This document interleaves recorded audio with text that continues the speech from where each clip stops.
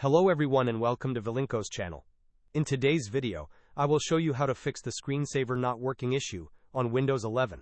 And now, let's get started.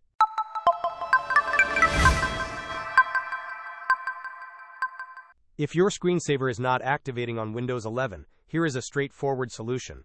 Begin by opening the Windows search bar and typing, "Change Screensaver." Select the option that appears, which is Change Screensaver. In the Screensaver settings window, you will likely see that it is set to None. Change this selection to a different screensaver from the drop-down menu. It is also advisable to set a shorter wait time. Avoid setting it to 10 or 15 minutes. Opt for a brief duration for testing. For better visibility, you can also choose a screensaver that is relatively opaque. After making these selections, click on the Apply button and then click OK.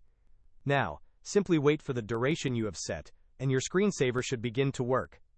Hope this was helpful. Don't forget to like and subscribe if you enjoyed. As always, thanks for watching, and I will see you in the next video.